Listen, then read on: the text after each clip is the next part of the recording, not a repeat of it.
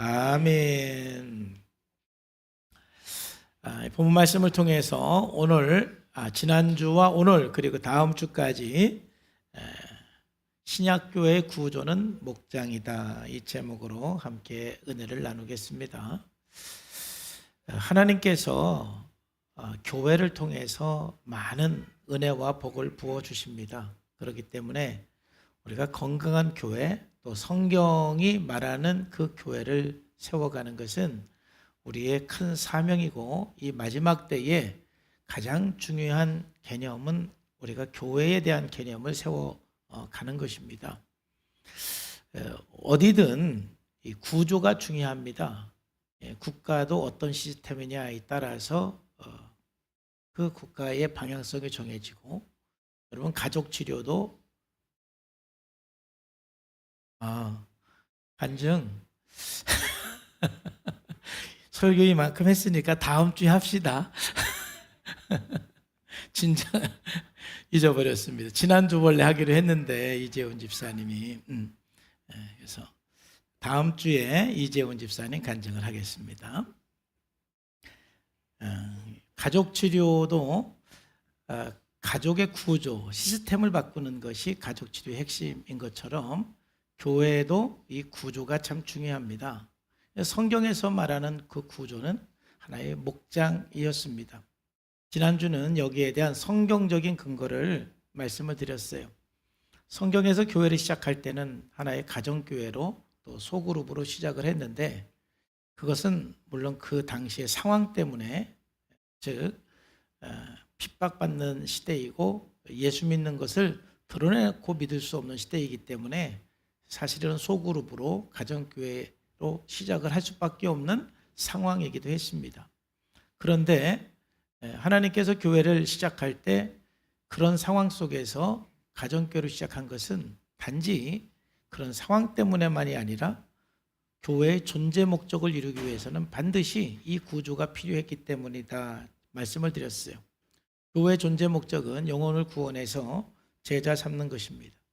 예수님께서 제자들을 양육할 때에 물론 많이 가르치기도 하셨지만, 오늘 본문 말씀에서 본 것처럼 함께 하시면서 보여주는 삶을 통해서 예수님의 제자를 양육을 했어요. 우리가 예수님의 제자가 되려면 기본적으로 성경을 배우고 또 교육도 필요합니다. 그러나 실제로 예수님의 제자가 되는 것은 교실에서 배워서 되는 것이 아니라 보고 배움으로써 우리가 예수님의 제자가 됩니다. 그래서 우리는 소그룹을 통해서 또 목장을 통해서 서로 자기를 오픈함으로 서로 삶을 보여주고 또 내 삶을 보여줌으로 서로 예수님의 제자로 성장을 하게 되어 가는 것입니다. 그래서 그 교회가 얼마나 건강하냐, 그것을 보려면 우리가 다 모여있는 이 대그룹의 예배가 얼마나 은혜롭고 참 얼마나 하나님의 은혜가 충만한가, 또 성도들이 얼마나 뜨겁게 예배를 드리는가, 이것도 교회의 건강함을 볼 수 있는 척도 중에 하나일 수 있지만, 그러나 진짜 그 교회가 건강한지 건강하지 않은지는 각 목장이 얼마나 건강하냐. 우리 교회가 청년 목장까지 해서 한 20목장 정도가 되는데, 한 20목장 중에 서너 목장만 건강하고 나머지 목장은 건강하지 않으면 그 교회는 건강한 교회다라고 말하기가 어렵습니다. 적어도 한 20개의 목장이 있으면 한 12개, 14개, 5개 이상의 목장들이 성경에서 말하는 대로 아주 건강한 목장을 이루고 소그룹을 이룰 때 참 이 교회는 건강한 교회다, 이렇게 말을 할 수가 있습니다. 성경적으로 뿐만이 아니라 역사적으로도 이 소그룹 또 이 목장이 얼마나 중요한가. 1949년도 모태동이 문화혁명을 통해서 완전히 교회를 없애기로 작정을 해서 목회자들 다 이렇게 처형하기도 하고 선교사들 다 추방을 해서 중국의 교회가 다 없어졌습니다. 보이는 교회, 이 건물로 있는 교회는 다 없어졌습니다. 그러나 예수 믿는 사람들이 신앙을 포기할 수 없기 때문에, 그래서 이 지하로 또 가정으로 숨어서 예배를 드리기 시작을 했는데, 그러다 보니까 자연스럽게 소그룹으로 가정에서 가정교회가 형성이 되기 시작을 했어요. 그래서 한 70년이 이제 지나서 이제 다시 이제 형식적으로 그래도 교회가 중국이 어떤 그런 그 신앙의 이제 자유가 생기면서 이렇게 교인들의 숫자를 봤는데 한 70년이 지나서 사람들은 이제 교회가 없어졌을 것이다라고 생각을 했는데 50배 이상이 늘어난 겁니다. 놀라지도 않습니다. 50배 이상. 우리 교회가 성산교회가 70년 후에 50배가 50배 이상, 50에서 80배거든요. 50배 이상 늘어나면은 지금 200명으로 보고 50배면 몇 명입니까? 네? 10,000명? 10,000명이죠? 그러면은 70년 후에 우리가 10,000명 되면 놀랄 일이에요? 안 놀랄 일이에요? 놀랄 일이죠. 70년 후에 여기 안 죽을 사람도 많습니다. 저는 천국 갈 확률이 많지만은 여기에서 70년 후에 계실 분도 많은데 한 50년 후에 한 70년에 50배다. 대단한 거죠. 근데 완전히 이제 핍박하고 예배를 드리지 못하도록 했는데 그렇게 된 거예요. 그만큼 이 가정교회의 위력, 소그룹의 위력은 대단한 것입니다. 물론 이제 중국 교회 문제는 그렇게 소그룹으로만 모이다 보니까 전문적으로 신학을 한 분들이 목회를 하거나 가르치지 않으니까 어떤 성경에 대한 바른 해석, 어떤 신학에 대한 부재, 뭐 이런 좀 문제들이 좀 있는 것은 사실이지만은 참 교회가 건강하려면 소그룹이 잘 되고 목장이 잘 돼야 되는 것입니다. 자, 그러면 이제 오늘 두 번째 시간으로 제가 강조하고 싶은 것은 이 목장의 핵심 두 가지 사역. 참 우리가 이상적인 교회를 이루어 가야 되고, 저도 성경에서 말하는 이상적인 교회로 나가고 싶지만 100% 이상적인 교회는 없습니다. 방향성이 분명한 것이 참 중요한 것이죠. 그래서 교회가 소그룹을 구역으로 하든 셀로 하든 목장으로 하든 뭘로 하든 그게 중요한 것이 아니라 저 두 가지 핵심 사역이 있느냐 이것입니다. 자, 그러면 우리 교회 목장마다 반드시 있어야 되는 두 가지 사역은 뭐냐면은, 여러분 그건 교회 존재 목적과 연결이 되죠. 여러분 교회의 존재 목적은 영혼을 구원해서 제자 삼는 것이다. 이것을 여러분과 여러 번 말씀을 드렸어요. 교회가 존재해야 되는 이유는, 예수님께서 교회를 세우신 목적은 영혼을 구원해서 제자를 삼는 것입니다. 자, 그렇다면 여러분 목장 안에서 반드시 있어야 되는 두 가지 사역은 바로 첫 번째는 전도입니다. 오늘은 전도에 대해서 조금 여러분과 함께 나누고자 합니다. 그리고 두 번째로는 나눔입니다. 즉 우리가 서로 자신을 오픈을 해서 나눌 때 그게 참된 예배이고 참된 교육이고 거기에 참된 헌신이 있어요. 그러니까 우리가 진정한 코이노니아, 진정한 나눔을 통해서 예수님의 제자가 될 수 있기 때문에 각 목장마다 전도와 나눔이 충분히 이루어져야 돼요. 즉 목장이 전도가 없다든지 나눔이 건강하게 이루어지지 않으면 그 목장이 아무리 잘 모이고 막 재미가 있고 그래도 그 목장은 건강한 목장이 아닙니다. 성경적인 목장이 아닙니다. 혹시 여러분들의 그 목장이 우리 목장은 좀 다들 재미없는 사람만 있어가지고 참 재미가 없어, 그런 분들도 있죠. 왜냐하면 참 이 재미있으려면 그 그룹원들이 막 좀 재미있고 그런 사람들이 있어야 재밌는 거예요. 근데 6명이 모였는데 다 조용한 사람들만 모이면 좀 재미는 없지요. 재미가 있느냐 없느냐가 중요한 게 아니에요. 재미가 없어도 전도와 나눔이 있으면 그 목장은 하나님이 기뻐하고 하나님이 인정하고 건강한 목장이 되는 거예요. 아무리 시끄럽고 재미있어도 전도와 나눔이 없으면 그 목장은 건강한 목장도 아니고 하나님이 기뻐하는 목장도 아닌 거예요. 그러니까 이 본질을 우리가 놓치면 안 되고 이 목장의 방향성이 우리들에게 분명해야 합니다. 말씀드린 것처럼 우리가 목장이라고 그러지만 이 소그룹에 대해서는 여러 형태들이 있습니다. 구역도 있고 셀도 있고 치유 모임도 있고 가정교회 모임도 있는데, 제가 이 말씀을 지금 잠깐 드리는 이유는 뭐냐면은 사람들마다 처음 신앙생활할 때 여러분들이 경험한 소그룹이 있는데, 그 소그룹을 경험하면서 그 소그룹에 대한 여러분들의 그 개념이 형성이 됐어요. 처음 신앙생활할 때. 그러다 보니까 제가 교회의 구조는 목장이고 소그룹인데, 그 목장에서 해야 되는 이 본질이 뭔지를 아무리 가르쳐줘도 여러분들이 기본적으로 처음 신앙생활했을 때 형성된 그 개념이 떠나지를 않아요. 그러니까는 제가 아무리 가르쳐도 나중에 목장에 보면은 여러분들의 그 경험된 개념으로 소그룹을 해 나가니까, 저는 제가 가르치는 목장 시스템으로서 소그룹을 하라고 그러는데, 어떤 목장은 구역처럼 하고 어떤 목장은 셀처럼 하고 어떤 목장은 치유 모임처럼 하고 또 뭐 어떤 목장은 배운 대로 하는 목장이 있다 이 말이죠. 여러분, 우리가 신앙생활할 때 주의해야 될 것은, 여러분 소견대로 신앙생활하지 말고 여러분 배운 대로 또 성경대로 신앙생활하고 사역하기를 다시 한번 부탁을 드립니다.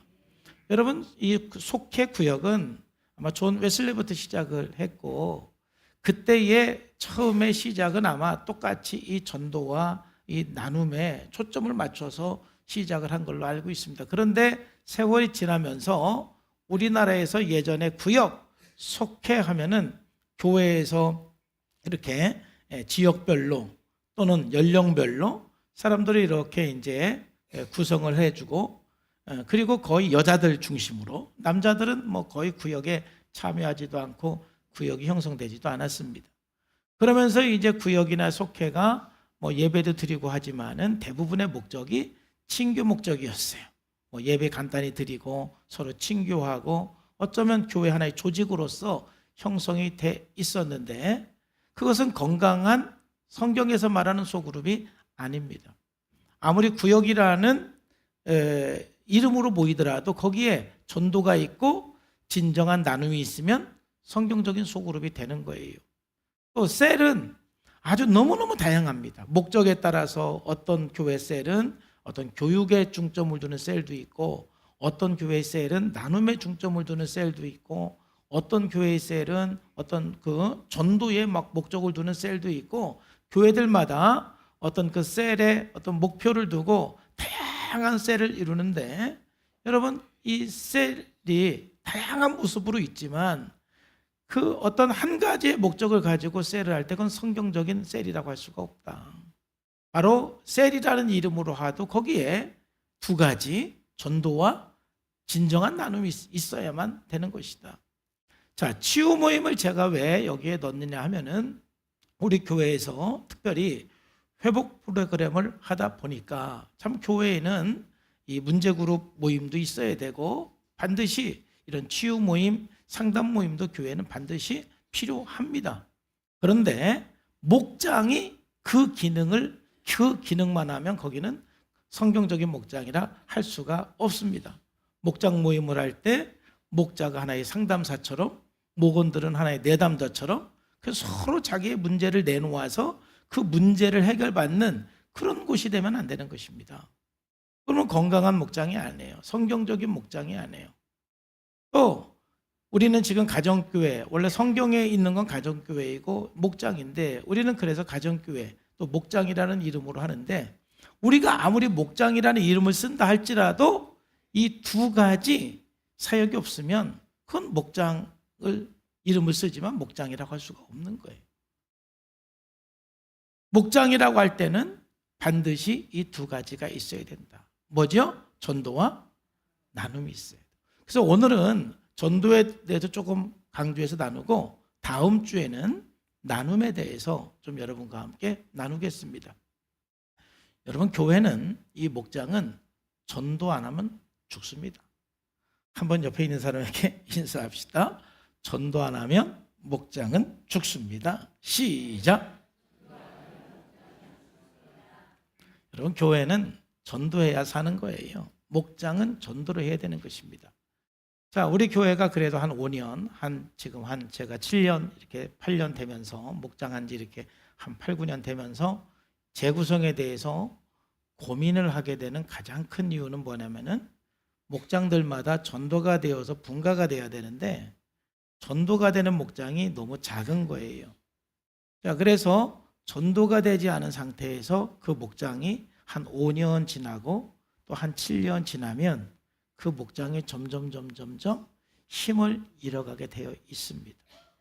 그나마 지금 우리 교회 안에서 그나마 목장이 활성화가 되는 목장은 뭔가 새로운 신자들이 와서 전도가 되어서 그 목장에 새로운 사람들이 오면 그나마 그래도 그 목장이 활성화도 되고 좀 재미도 있고 나눔도 되고 그러면서 은혜가 됩니다. 그런데 그런 목장의 수가 전반적으로 작습니다. 이거는 우리 교회뿐만이 아니라 아마 지금 한국 전체 교회의 문제이기도 합니다. 왜냐하면 시대적으로 전도가 쉬웠던 적은 한 번도 없습니다. 왜냐하면 전도는 영적인 전쟁이고 또 전도는 사람의 힘으로 하는 것이 아니라 하나님이 하시는 것이기 때문에 참 전도가 쉬우려면 쉽지만 그렇게 내 마음대로 되지 않는 게 전도입니다. 그런데 어느 때보다도 지금이 참 전도에 대해서 가장 문이 닫혀 있는 때가 아닌가 싶습니다. 예전에는 그래도 초등학생들 전도는 그래도 조금 할만했습니다.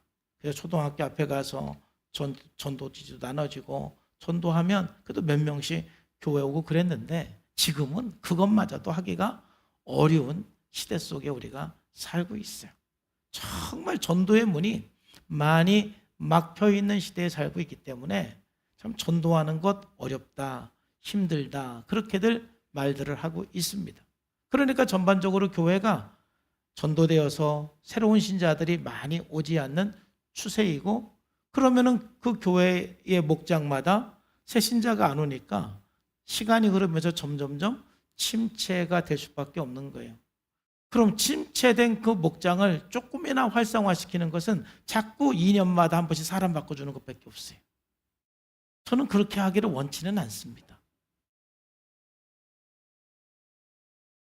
그래도 한 2년마다 사람 바꿔주면 좀 신선하잖아요? 그건 전도가 안 되기 때문에 그러는 거예요. 아마도 각 목장마다 전도가 되면 목장을 재편성한다 그러면 다 반대할 거예요. 아니 목사님 왜 재편성합니까? 이렇게 새 신자가 와서 각 목장마다 이렇게 행복하고 아주 생명력이 있는데 왜 재편성합니까? 다들 그렇게 말할 것입니다. 근데 이제 제가 재편성한다고 그러면은 한 20개 목장 중에서 한 서너 개 목자들만 속으로 왜 재편성하지? 지금 좋은데 이렇게 생각하고 한 15개, 15목장들은 그렇게 하셔야 될 것 같습니다. 아마 이렇게 생각하실 거예요. 그 이유는 뭐냐면은 새로운 신자들이 목장 안에 안 오면 목장은 죽을 수밖에 없어요. 근데 아무리 어려운 시대라 할지라도 우리가 전도에 대해서 관심이 없어서 그렇지 우리가 열정적으로 전도를 하면은 교회는 힘든 시대일수록 전도는 되게 돼 있습니다. 아무리 핍박을 받고 예수 믿으면 죽는다 해도 우리가 열정적으로 전도하면 전도는 되게 돼 있습니다. 전도가 안 된다라는 것은 우리가 안 해서 그런 것이지 우리가 열정으로 전도하면 반드시 할 수가 있는데 여러분 오늘 말씀을 들으면서 다시 한번 회개하고 기도하면서 여러분 목장들마다 전도해서 1년에 한 명 정도씩은 다 새신자가 있는 목장들이 되기를 주님의 이름으로 축복합니다. 그래서 전도 방법이 한 5가지가 있거든요. 저는 5가지 다 해봤어요. 노방전도도 해보고 축구전도 해보고 부흥회 해보고 전도 폭발도 해보고 관계 기초한 전도도 해봤죠. 여러분 노방전도는 뭐예요? 길에 다니면서 모르는 사람에게 전도지 주는 거예요. 예수 믿으세요. 한번 교회 나오세요 하고 전도지 주는 게 노방전도죠. 축구전도는 이제 가정 방문하는 거예요. 벨 누르고 나와서 전도하러 왔다고 문 꽝 닫고 문전 박대 많이 당하죠. 예전에는 축구전도도 참 많이 했어요. 그 다음에 이제 부흥회는 뭐 이제 연예인을 초청한다든지 아니면 뭐 특별 강사를 초청해서 교회에서 집회를 해서 사람들을 뭐 이렇게 초청하는 거죠. 그 다음에 전도 폭발은 하나의 프로그램으로 전도 훈련을 시키면서 이제 전도하는 것이 바로 전도 폭발 뭐 여러 가지 프로그램들이 있고, 관계 전도는 이제 여러분들이 관계를 맺어서 하는 건데, 5가지 전도 다 우리가 열심으로 하는 게 좋습니다만은 1번부터 4번까지 전도는 좀 효과가 떨어져요. 그럼에도 불구하고 노방전도나 축구전도나 부흥회나 전도 폭발이 여러분들에게 유익한 점이 있는데, 여러분 전도를 하면은 전도하는 사람이 영적인 복을 받습니다. 여러분이 전도하면서 하나님 마음을 알게 되고 내가 예수 믿은 것이 얼마나 큰 복인지 막 이렇게 체험적으로 경험을 하게 돼요. 여러분들이 지금 이렇게 예수 믿으니까 참 여러분들이 예수 믿은 게 얼마나 큰 은혜인지 잘 모르지만은, 여러분들이 전도를 해보면은 여러분들의 그 전도 대상자들이 정말 예수님을 잘 안 믿잖아요. 막 축구 전도 해보고 그러면은 정말 하나님에 대해서 마음이 닫혀 있잖아요. 그런 걸 여러 번 경험을 하다 보면은, 야, 이렇게 예수를 믿기 힘들은데 참 하나님이 나를 얼마나 사랑하셔서 얼마나 큰 은혜를 주셔서 이렇게 내가 예수 믿고 하나님의 자녀가 된 게 참 너무 감사하다, 이런 생각이 들지요. 그리고 하나님의 마음을 알게 되고 그러는 거예요. 이 5가지 전도 중에서 다 우리가 필요하지만은 이 중에 그나마 가장 효과성이 있는 것은 여러분 관계 전도입니다. 왜 이게 가장 효과적이냐? 한번 설문조사를 해봤어요. 교회 처음 나온 사람들에게 여러분들이 이 교회에 처음 나왔는데 처음 나오게 된 그 이유가 뭡니까? 이 교회 처음 출석하게 된 이유가 뭡니까? 그러니까 80%가 친구 때문에 왔대요. 친구. 그러니까 80% 이상이 친구 때문에 이 교회를 출석하게 되는 거예요. 그러니까 여러분 80% 이상이 관계 때문에 전도가 되고 관계 때문에 교회를 오게 되고, 약 20% 정도만 다른 여러 가지 이유로 교회에 나오고 출석을 하게 되는 거예요.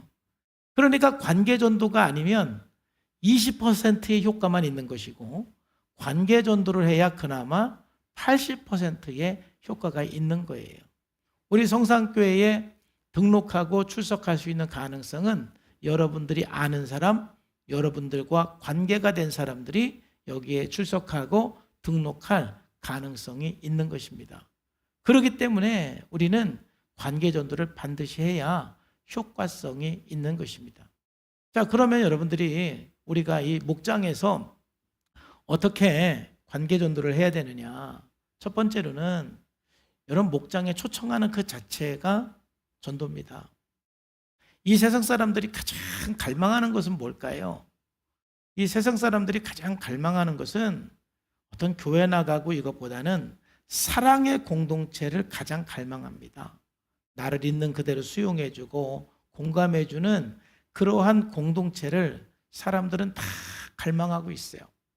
정말 사람들은 고독하고 외롭습니다. 이것이 현대인들의 특징이거든요. 자, 그런데 여러분들의 목장에 초청을 해서 그 목장 안에서 서로 수용해주고 용납해주고 기도해주는 그 따뜻한 사랑의 분위기를 한번 경험하고 목격을 하면은 그 목장에 나도 참여하고 싶은 마음이 거의 8, 90%는 들게 돼 있어요. 그러니까 여러분 목장 안에 초청하는 것을 두려워하지 말고, 야, 우리 목장 하는데 한 번만 한번 와봐. 그냥 놀러 온다 생각하고 한 번만 한번 와봐. 우리 목장 오늘 밥 먹기로 했는데 한 번만 와봐. 해서 그 목장 안에서 그 사랑하는 모습을 보여줌으로써 예수 안 믿는 사람에게 큰 감동을 주는 거예요. 여러분, 예수 안 믿는 사람들이 교회에 대해서 부정적인 마음을 갖는 이유가 뭐입니까? 그들 마음속에 교회에 대해서 기대하는 게 있다라는 뜻이죠.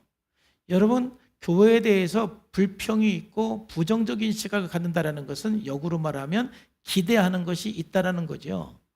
여러분이 남편에 대해서 화가 나고 속상하고 짜증이 나는 것은 기대하는 게 있기 때문에 그러는 거예요. 기대하는 게 없으면 화도 안 나요, 이제. 그게 더 무서운 거예요. 그래도 화가 난다라는 것은 기대하는 게 있는 것이죠. 그 예수 안 믿는 사람들이 기독교를 욕하는 것은 기독교에 대해서 기대하는 게 있는 거예요. 그럼 그들이 기독교에 대해서 기대하는 건 뭐냐면 사랑이거든요. 그래도 교회에 나가는 사람, 예수 믿는 사람은 사랑이 많을 거야 라는 기대를 갖고 있는데 예수 믿는 사람을 만나보니까 아닌 거예요. 어쩌다가 한번 교회 나와 보니까 아닌 거예요. 그러니까 실망을 하니까 욕을 하는 거예요. 그래서 여러분 목장 안에서 뭔가 이렇게 따뜻한 사랑을 하는 모습을 보여줄 때 그들은 교회에 대한 새로운 생각을 가질 수가 있는 것입니다. 모든 사람들이 갈급하고 열망하는 것은 나도 어떠한 소속된 집단 안에 소속해서 무조건적으로 사랑을 받고 무조건적으로 공감을 받고 무조건적으로 수용을 받고 싶은 그런 마음이 사람들에게는 있는 거예요. 그래서 이런 목장에 초청하는 것, 이것이 여러분 전도의 출발입니다. 자, 두 번째로 여러분들이 가져야 되는 관심인데, 정말 우리 예수 믿는 사람들이 마음의 상처를 받고 뭔가 인생의 해답을 추구하고 평안을 추구하는 사람들에게 좀 관심을 가져야 돼요. 하나님께서 가인에게 물으시는 것은 네 아우 아벨이 어디 있느냐, 이걸 물으시잖아요. 우리 예수 믿는 사람들이 이웃이 되어줘야 되거든요. 바로 이웃이 되어준다는 것은 바로 상처받은 사람에게 관심을 갖고 뭔가 참 내가 왜 사는지, 뭔가 내가 지금 잘 살았는지, 또 어떻게 살아야 되는지, 이런 뭔가 인생의 해답을 찾지 못해서 방황하는 사람들이 있거든요. 또는 평안을 누리지 못하는 사람이 있는데, 여러분 눈을 열어서 그런 사람들을 좀 찾아서 관심을 갖기를 주님의 이름으로 축복합니다. 왜 교회가 전도를 못하느냐, 왜 목장이 전도가 안 되냐면은 사실 너무 자기에게만 관심이 있고 또는 자기 가족에만 관심이 있고 마음의 상처를 받고 인생의 해답을 찾고 평안을 누리지 못하는 여러분의 주변의 이웃에게 관심이 없기 때문에 그런 거예요. 여러분 오늘부터 여러분 옆에 있는 사람을 한번 눈여겨보시기를 바랍니다. 그러면 그 사람의 아픔이 보이기 시작합니다. 그 사람의 고민도 보이기 시작합니다. 그 사람의 마음에 평안이 있는지 아니면 두려움이 있는지 그런 것들이 보이기 시작합니다. 여러분들의 남편이나 아내나 또는 자녀들을 전도하고자 하는 마음이 계신 분들은 그냥 교회 나오라고 하지 말고 한번 어떤 문제를 갖고 어떤 어려움이 있는지 좀 관심을 갖고 지켜보시기를 바랍니다. 그래서 공감해주고 이해해주고, 그리고 그 다음에 여러분 목장 모임에 한번 초청을 하는 거예요. 많은 사람들이 너무 힘들어 있고, 제가 볼 때는 지금 우리나라 모든 사람들이 울고 있어요. 너무 힘들어하고 있고 너무 상처가 많습니다. 그러다 보니까 분노도 많고 원망도 많고 또 어떤 사람은 무기력해지고, 그래서 사는 게 아닌 사람들이 너무 많아요. 그런데 나의 그런 아픔에 관심을 가져주는 사람이 너무 없는 거예요. 우리 예수 믿는 사람들이 정말 관심을 가지고 그 사람들의 이웃이 되어줘야 전도할 수가 있는 거예요. 그래서 우리는 성장하게 되고 사람을 살릴 수가 있는 것이죠. 또 세 번째로는 여러분, 때로는 너무너무 지금 문제가 없고 예수 믿을 필요성도 못 느끼고 아주 하는 것마다 잘 되고 그런 사람들이 있어요. 또 교회에 대해서 너무 적대적인 사람도 있어요. 그런 사람들에게는 그냥 친구가 되어주시기를 바랍니다. 너무 많이 관심은 갖지 말고. 왜 그러냐면은 친구가 되어줄 때 사람은 누구나 다가 살다 보면 반드시 위기를 경험하게 되어 있습니다. 그런 위기를 만났을 때 그래도 나의 친구가 되어줬던 사람들의 그 기도를 기억하고 또 그 사람 때문에 그때 예수 믿고 구원받을 확률이 높아집니다. 적어도 우리는 관계 전도를 하려면 여러분들이 전 세계 모든 사람들에게 관심을 갖거나 대한민국의 모든 사람을 관심을 가지라는 얘기가 아니라 적어도 여러분 주변에 있는 서너 명 아니면 대여섯 명, 한 10명 정도 좀 관심을 가지고 그 사람들의 아픔을 좀 공감해주고 친구가 되어주는 그런 삶이 되지 않으면 여러분 전도가 안 되는 거예요. 여러분 전도가 안 되는 것은 우리가 이런 헌신을 안 하기 때문에 전도가 안 되는 것이지, 이러한 헌신을 하면은 전도가 안 될 수가 없습니다. 그래서 각 목장마다 일주일 동안 어떻게 내가 전도자로서의 삶을 살았는지 같이 나누고 기도하는 것이 반드시 여러분 목장에는 필요합니다. 오늘 설교 듣고 은혜 받은 것만 나누고 끝나면 안 됩니다. 또 여러분 성장을 위해서 점검일지 쓰고 그것만 나누면 안 됩니다.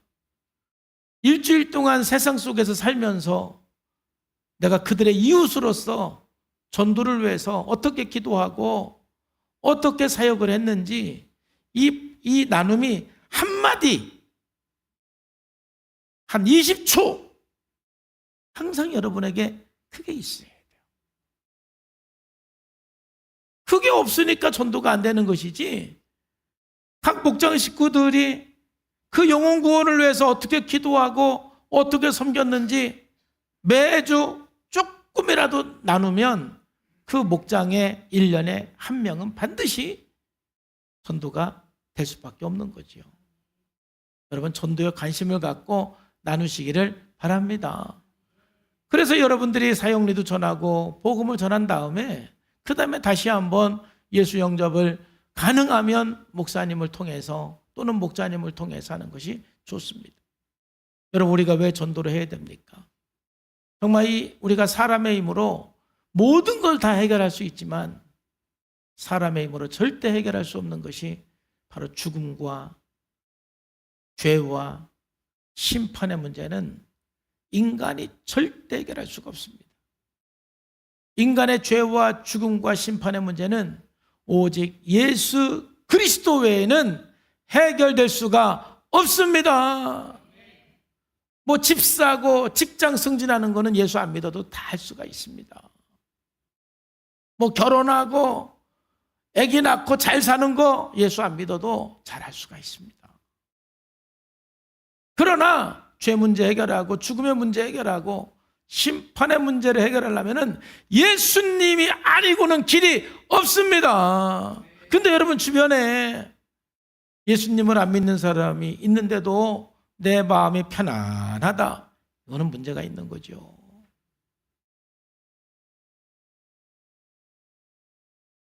인간의 근본의 문제는 죄의 문제이고 죽음의 문제이고 심판의 문제입니다.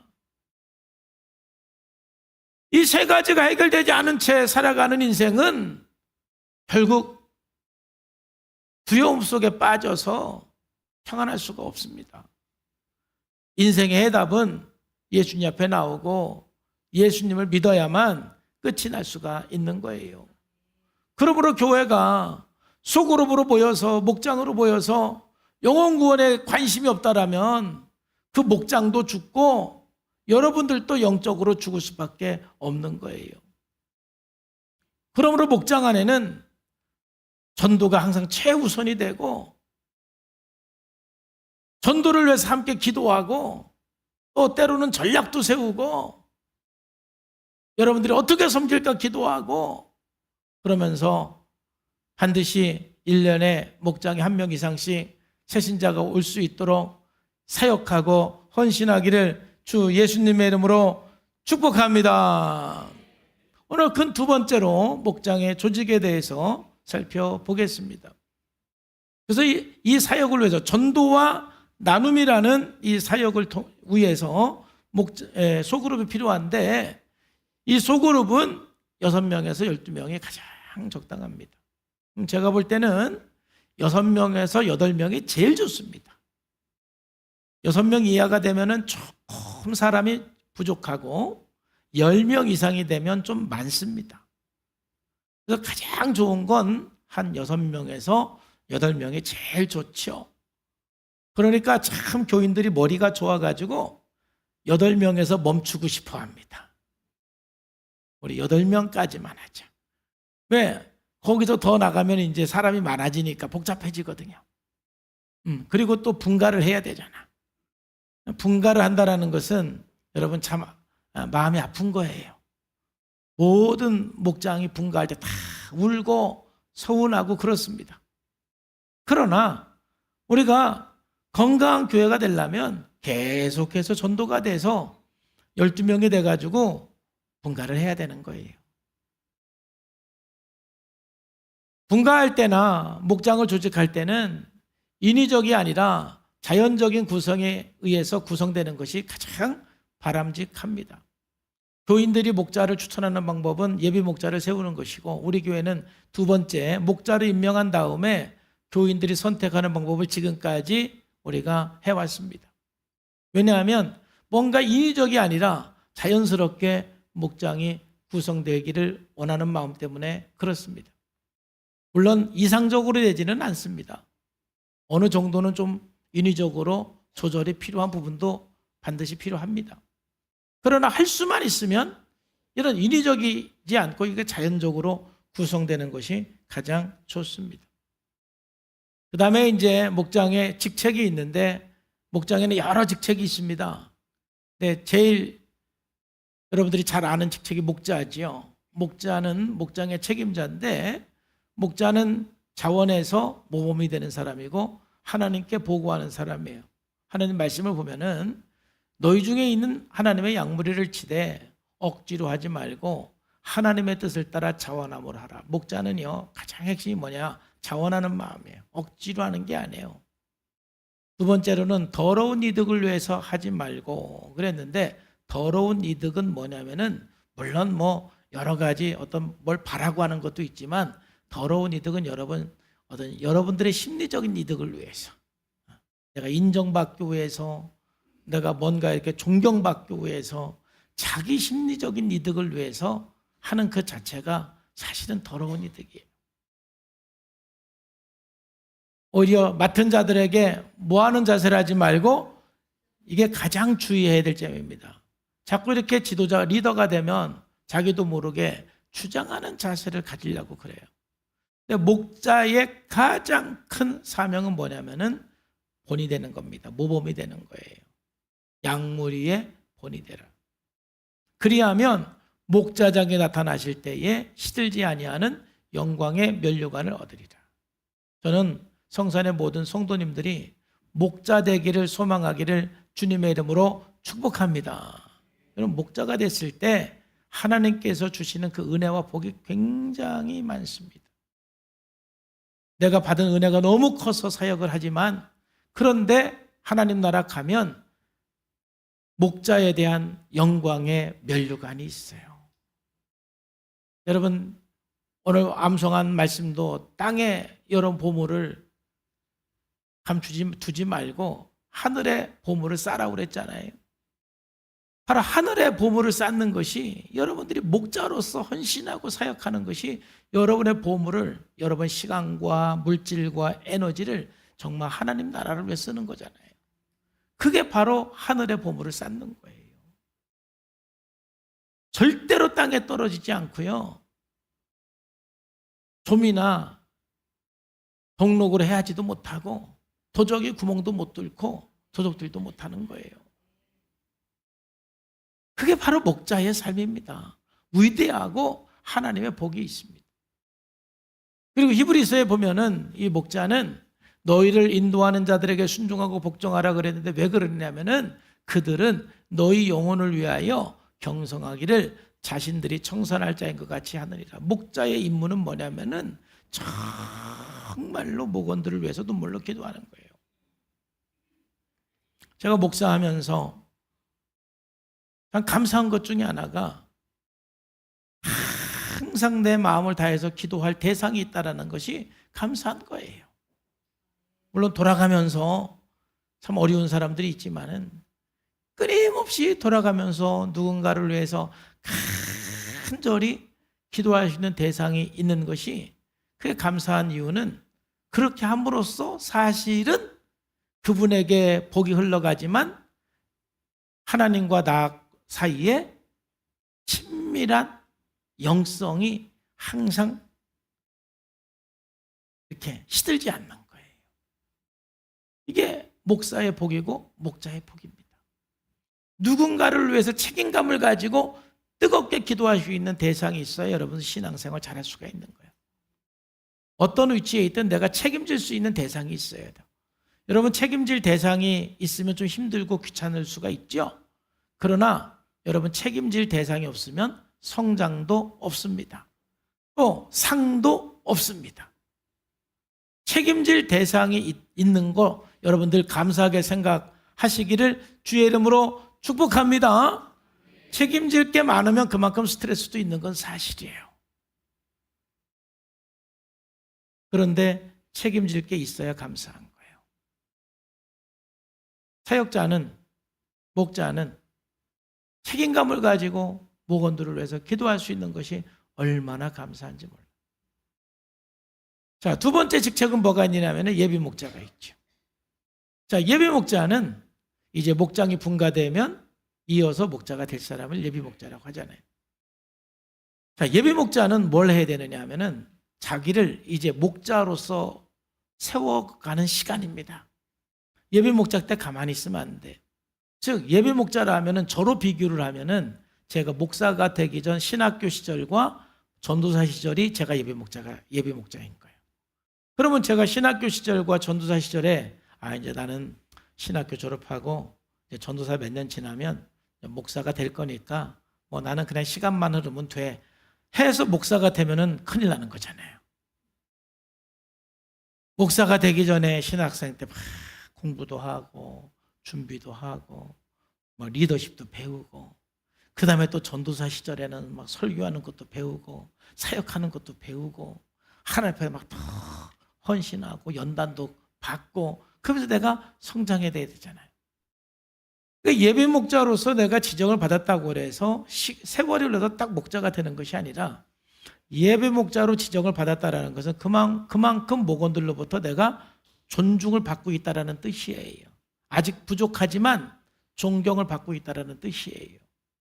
그러면 이제 내가 분가가 됐을 때 목자를 할 수 있도록 그때부터 준비를 하고 훈련을 받고 연단을 받고 그래서 이제 목자가 될 수 있도록 자기 자신을 더 헌신시켜야 되는 것이 예비 목자의 역할이에요. 그러니까 예비 목자 시절에 끊임없이 자기 성장을 위해서 영적 성장을 위해서 헌신을 해야 되는 것이 바로 예비 목자입니다. 안 그러면 나중에 목자 할 수가 없어요. 세 번째는 교사입니다. 우리 제가 목장 탐방을 해보면 참 보니까 교사들이 훌륭해요. 교사는 뭐냐면은 주일날 설교를 잘 요약을 해서 이제 나누기 전에 그 요약한 설교를 한 5분 정도 다시 이렇게 가리키는 것입니다.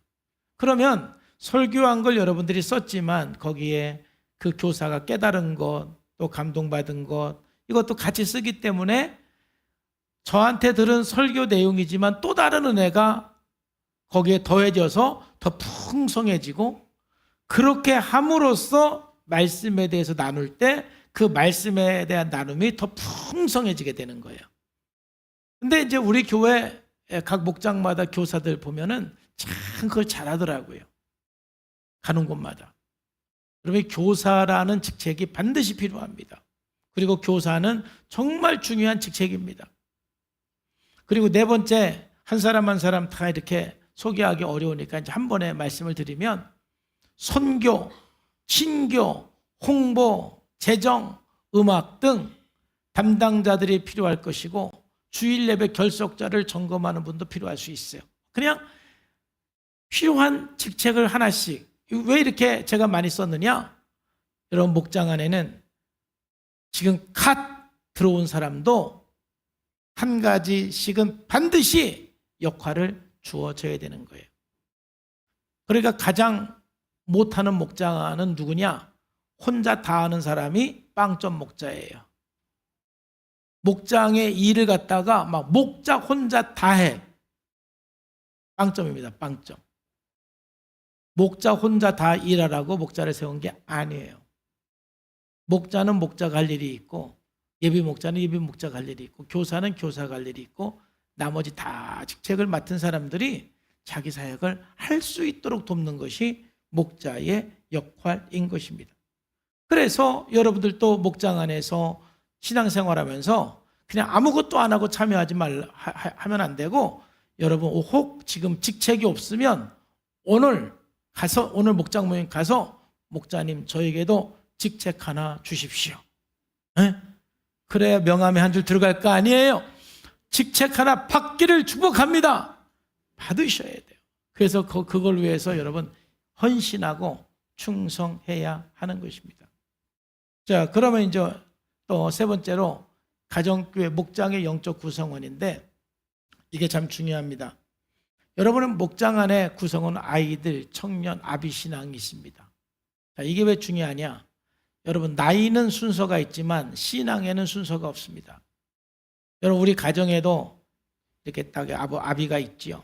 그 다음에 우리 자녀들 성장한 장성한 자녀들이 있고, 또 그냥 이제 손자도 있고 아이도 있습니다. 그러니까 얼마나 가정이 좋습니까? 나이에 따라 되는데, 그런데 교회는, 신앙은 순서가 없습니다. 한번 따라합시다. 신앙에는 순서가 없다. 20년 신앙생활 했는데 아이 신앙일 수가 있고, 3년 신앙했는데 아비 신앙일 수가 있는 거예요. 그래서 사실은 좀 어려운 거예요. 신앙도 여러분 순서대로 되면 얼마나 좋겠어요. 그냥 40년 신앙생활 한 사람은 할아버지 신앙, 한 20년 신앙생활 한 사람은 아비 신앙, 한 10년 신앙생활 한 사람은 청년 신앙, 한 1년에서 2년 신앙생활 한 사람은 아이 신앙, 이렇게 순서대로 되면 얼마나 좋아요. 근데 신앙은 순서가 없어요. 먼저 된 자가 나중되고 나중된 자가 먼저 된다고 그랬잖아요. 순서가 없어요. 여러분 그거를 아셔야 돼요. 아무리 오래 신앙생활했어도 아이 신앙은 아이 신앙인 거예요. 그래야만 이 목장 안에서 서로 실망하지 않고 목장 안에서 같이 성장을 도울 수가 있는 거예요. 여러분 목장 안에서 신앙생활을 오래 했는데도 아직 아이 신앙이다. 그럼 어떻게 해야 되겠어요? 너는 왜 신앙생활 20년 했는데 아이 신앙이냐, 이렇게 비난하고 평가할 겁니까? 그게 아닌 거예요. 그게 우리 한국교회의 어떤 제도주의, 어떤 전통교회의 산물이라고 저는 생각을 해요. 신앙생활 오래 했어도 아직 아이 신앙이 있으면 이제 우리 교회 목장 안에서는 서로 사랑으로 성장을 돕는 것이 목장이기 때문에, 서로 제자를 세워가는 것이 목장이기 때문에, 비록 마음은 아프지만 지금이라도 사역을 맡기고 그 다음에 서로 나눔을 통해서 그 사람의 신앙이 이제 제대로 성장할 수 있도록 서로 눈물로 기도하면서 서로 도와주는 것, 이게 목장인 거예요. 그러니까 신앙생활 얼마 안 했는데 내가 청년신앙이라고 그래가지고 교만할 것도 없는 거예요. 참 감사할 것밖에 없어요.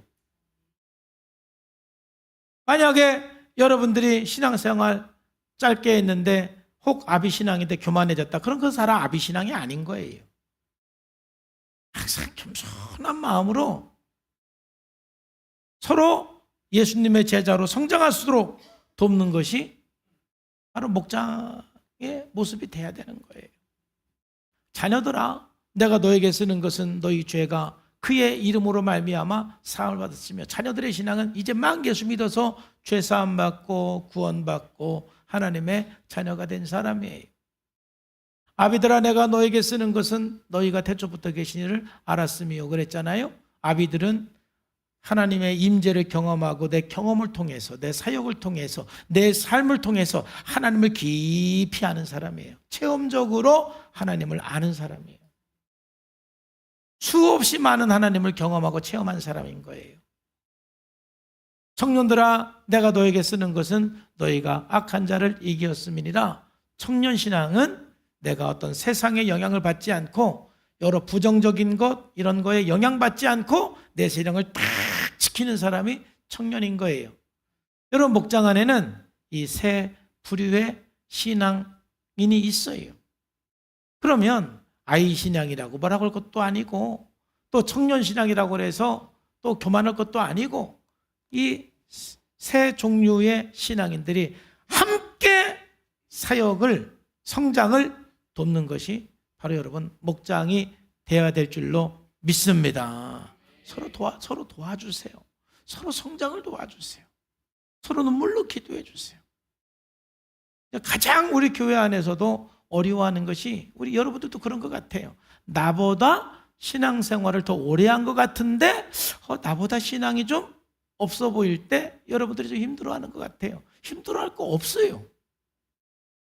먼저 된 자가 나중되고 나중된 자가 먼저 되는 거예요. 힘들어하지 말고 그냥 앞질러 가세요. 앞질러 가면서 도와주세요. 이제 제가 목사가 돼보니까 그렇더라고요. 제가 성산교회에서 고등학교 때부터 예수 믿었는데 제가 28살 때부터 성산교회 담임 목회를 했잖아요. 그러니까 다 우리 형님들, 누님들, 집사님들 다 그런 분들 대상으로 제가 사역을 하는데 얼마나 힘들었겠어요. 근데 제 밑에 저의 지도를 받았던 우리 집사님들은 제가 더 존경스러워요. 그 젊은 목회자에게 순종하면서 신앙생활했던 우리 성도님들은 정말 존경스러운 분이에요. 다 같이 박수 한번 합시다. 아주 그냥 김기나 만수 장로님 얼마나 힘들었겠어요. 젊은 그냥 아들보다 조금 나이 많은 사람이 전도사이고 목사님인데 청년 때부터 학생 때부터 나를 봤는데 순종하는 게 얼마나 힘들겠어요. 그런데도 다 순종하고 그거는 저보다 훨씬 위대한 거예요. 훨씬. 그런데 이제 제 입장에서 볼 때는 저는 이제 목사가 돼서 신앙이 막 쭉 앞으로 달려가잖아요. 신학교 가고 또 전도사 하고 목사 안수 받고 하고 신앙이 쭉 앞으로 가잖아요. 그러면 앞질러 가야 되는 거예요. 그냥. 그러면 제가 목사가 돼서 성도들보다 앞질러 가야지. 아유, 집사님이 나보다 신앙생활 오래 했으니까 집사님이 항상 나보다 신앙이 좋아야 돼요. 그러면 되겠습니까? 앞질러 가서 도와줘야죠. 그러니까 여러분들도 목장 안에서 정말 저도 순서대로 신앙이 좋았으면 제일 좋겠지만 그게 내 마음대로 안 돼요. 앞질러 갈 사람 앞질러 가시고 그래서 서로 성장을 도와주세요. 또 뒤처진 사람은 또 정신 차리고 쫓아가셔서 또 앞질러 가시고 그래야 되는 겁니다. 서로 성장을 돕는 것이 목장이 돼야 돼요. 자, 그럼 목자 임무를 보고 오늘 마무리하겠습니다. 너무 중요하기 때문에 다시 한번 여러분 생각할 수 있도록, 그리고 이 임무를 지금 말씀드리는 것은 이 임무를 보면서 부담감을 갖지 말고 목자로 헌신하도록 제가 말씀을 드리는 거예요. 그래서 다음 주는 여러분들에게 목자로 헌신할 수 있는 시간을 가지려고 그럽니다. 자, 목자는요 그렇게 크게 헌신하지 않아도 돼요. 막 겁내지 않아도 돼요. 별거 없어요. 이것만 하시면 돼요. 뭐냐? 목장의 책임자로서 목장 식구들의 영적 성장과 가정교회의 전반적 운영을 책임지고요. 매월 있는 목자 모임, 초원 모임이죠. 1년에 한 번 있는 목자 수련회 반드시 이건 의무예요. 이유가 없어요. 이 정도는 헌신을 해야 돼요. 일주일에 나흘 이상 20분 기도하는 거 얼마나 감사해요. 목자가 되니까 안 할 수가 없는 거예요. 기도를. 이게 감사한 거예요. 그 다음에 네 번째로는 일주일에 2번 이상 목장 식구들의 이름을 불러가면서 기도하는 거죠. 목자가 되면 내가 이거 하겠다고 하고 하는 거예요. 그러니까 여러분 성장할 수밖에 없어요. 5번째로는 일주일에 나흘 이상 매일 성경 3장 읽고 또 정규 큐티를 하는 사람은 큐티를 대신할 수도 있지만 여러분 성경 감상하고 성경 읽는 거 목자는 반드시 해야 돼요. 왜냐하면 본이 돼야 되는 거니까, 모범이 돼야 되니까. 반드시. 목자가 성경 감상을 안 하고 목자가 성경을 안 읽는다? 안 돼요. 목자가 기도 안 한다? 안 돼요. 이거 안 할 사람은 목자를 하면 안 돼요. 하나님, 나는 이렇게 한번 하겠습니다.